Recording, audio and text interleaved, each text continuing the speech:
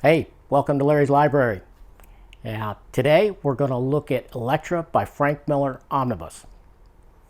Now, this one on the cover it says Elektra by Frank Miller and Bill Sienkiewicz, and while that's fairly accurate, I think if you figure it up, Bill Sienkiewicz does about half the art here, and the other half to Frank.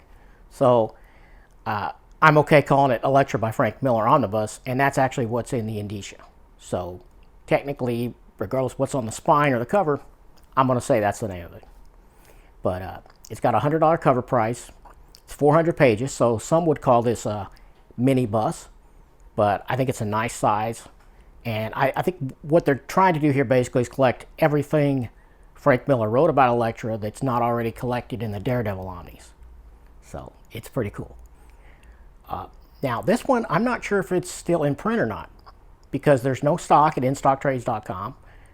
There's no stock at Cheap Graphic Novels as of the time of me doing this review. Amazon, though, shows they have 17 with more on the way. Now that's, you wouldn't think it would say with more on the way if it was out of print. So I don't know what's going on there. But if you want to get it, you're probably going to have to go to Amazon as of right now. So maybe if this thing is an evergreen, which it should be, I think, then maybe it'll come back in stock at our preferred vendors. Certainly my preferred vendors. Now, like most Omnis from this era, this was around 2016, I think it was printed. No problems whatsoever with the build or the binding. At least from my experience, Omnis from that era are pretty trouble-free, at least the Marvel ones. So, like I said, the creators on this, Frank Miller writes everything in here. He does about 50% of the art, and the other 50% is Bill Sienkiewicz. So, you know we're in for a treat here. Now, the contents on this thing collects basically all the material Frank Miller wrote about Elektra that wasn't in the first two Omnis. And so what it does is it collects Elektra Assassin 1 through 8, Elektra Lives Again, and some material from Bizarre Adventures 28, which was Marvel's magazine size black and white, one of the black and white magazines they had in the 80s. It's really, really cool. And What If, the first series, issue 35, which was What If Elektra Had Lived. So, and that's really good stuff too. So I just finished reading this, and I gotta say I was really torn about what my rating should be. At first I was thinking, oh man, this is only an 8, you know. But I really thought that just having read, I mean, as I was coming close to the end, I thought, man, this is only an 8. About halfway through the book, maybe a little more than half when I thought that. Because a big portion of the book, basically a big chunk in the middle, is the Elektra Assassin miniseries. Well, I don't know if it was a miniseries or a graphic novel. I think it might have been as a graphic novel originally. Not sure. But anyway, that one is the one that Bill Sienkiewicz does all the art in. And I had really mixed feelings about it. I mean, like the first half of the story, I was with him and I liked it, but it just got more and more bizarre. It has a very dreamlike quality, nightmarish at times, and I'm sure that was intentional. But I really had a hard time following it. And Bill Sienkiewicz is in his most experimental phase here, I think. He's using collages, mixed media, where he's, I would say copy and paste, but this was pre the Photoshop era. This was quite a ways back. So it wasn't Photoshop exactly. It was, I think he was doing it with physical media. He would make a crappy Xerox copy of like the black and white face of the one of the political figures in this story, and he would just use it over and over and over again. That same low resolution black and white image. And at first, it was okay because I mean it was trying to present this character as nightmarish and fake, which he certainly was. But man, it got old after a while, and I got tired of seeing that duplicated image over and over and over. I'll put a scan up so you can see what I'm talking about. But yeah, I think a little bit of that was fine, but to use it just continuously throughout the whole thing, it got real old for me. And I just wanted to have some more of that beautiful, detailed, realistic Bill Sienkiewicz art instead of, where he goes off on this wild tangent and I'm with him for a while, but then he just careens over a cliff and I'm like, Bill, what are you doing to me here, man? So yeah, that it kind of lost me at times, and though Frank Miller did write that, it was Frank Miller. I think he was reading the notes in this. It was presented by Ralph Macchio and some of the other editors, I think. Might have all been Ralph. He mentioned that Frank Miller had wrote and rewrote those multiple times. As he would get art back from Bill Sienkiewicz, he would actually riff off of that and go back and go, oh, wow, that looks like this. I'm going to change that. So he would actually rewrite it again. So I think Bill Sienkiewicz going off of the rails kind of took Frank Miller with him there, because he actually went back and redid stuff to suit that crazy art more. And like I said, I think a little bit of that was fine, but it kind of it got old for me. And to this, I mean, I just finished it today, and I'm still not sure what happened. I don't know how much of that was in her head, how much of it was narcotics, how much of it was some sort of mind possession by the hand. I don't know. I'm just not sure.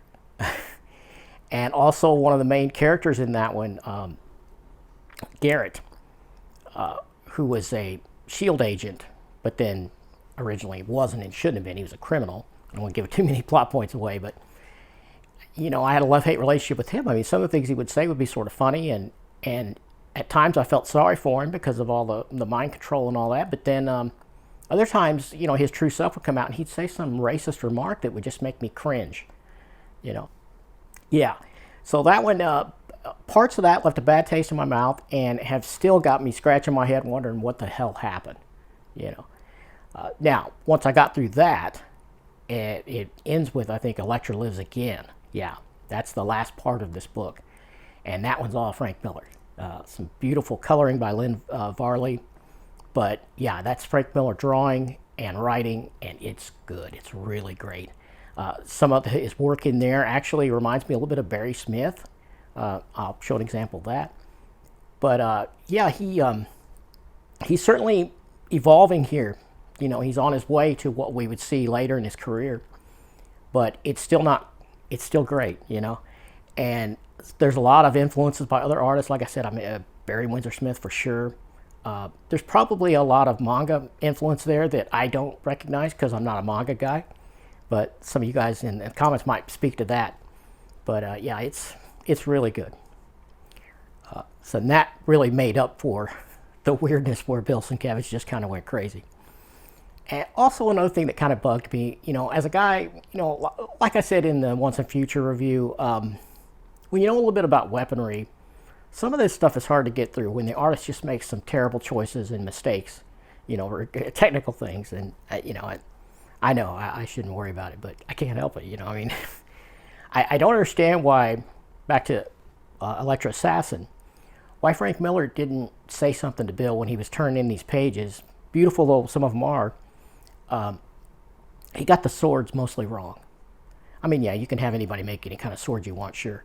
But Frank Miller seemed to have a really good grasp, a real accurate grasp of what a Japanese blade looks like, what a katana looks like.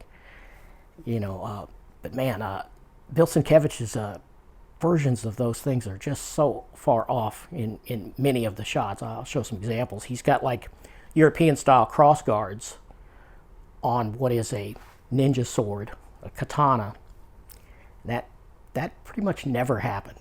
I mean, I'm sure someone could go find some obscure relic that proves me wrong, but generally speaking, that didn't happen. And the hand shouldn't be using European-looking weaponry because they just didn't.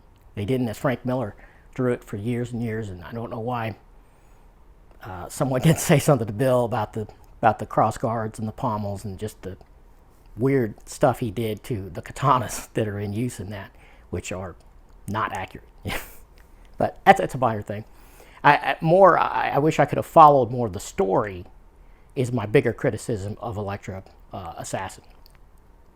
But overall, on balance, if I would probably give Elektra Assassin maybe a 7 or an 8. But the rest I would give a 10. So my conclusion on this one probably is a 9. Is a 9 out of 10.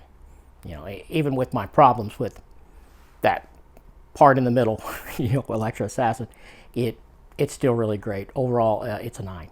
So if you're a fan of Frank Miller and you don't have this, you need to get it for sure. If you're an Elektra fan, you need to get it.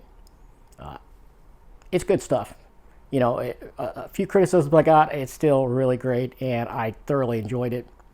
400 pages for a cover price of 100. It might be a little steep for some, but you know, of course, you get it heavily discounted. It's not too bad.